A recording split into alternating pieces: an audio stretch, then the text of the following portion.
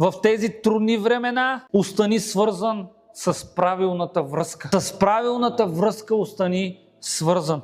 Живеем в свят, в който е много трудно да се довериш.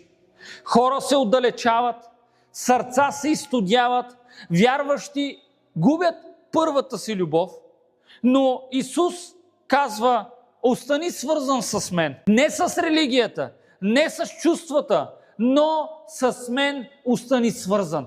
Остани във връзка с мен. Когато си свързан, искам да ти кажа, че плодът ще дойде. В един момент хората ще започнат да разпознават, че ти наистина си свързан с Бога, без ти да казваш, че имаш връзка с Него. Без ти да казваш на хората колко си постил, колко си молил, колко си чел, колко си стоял и се пребъдвал в тази връзка. Когато си свързан, плодът ще дойде и другите ще го забележат. Когато си свързан, бурите няма да те прекършат.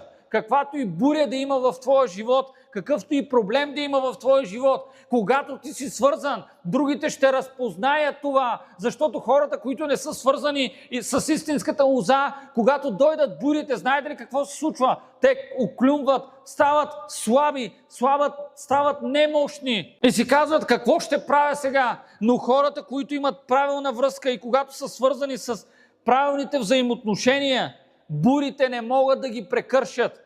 Те са просто като един трамплин, върху който те скачат и продължават към следващото ниво, защото Бог ги издига на по-високо.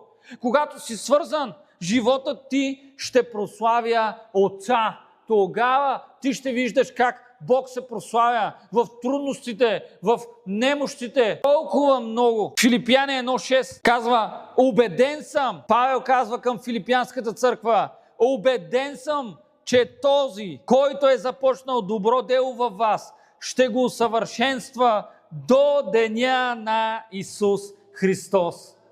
Вау! Той го е започнал това славно и чудесно дело и Той е, който ще го завърши до край. Просто ти имай правилната връзка, имай правилното взаимоотношение с Него. И Павел казва: аз съм убеден, вярвам в това, знам това, че Исус, който е започнал това добро дело във вас, Той ще го усъвършенства по Негов начин до деня на Неговото пришествие, докато дойде отново.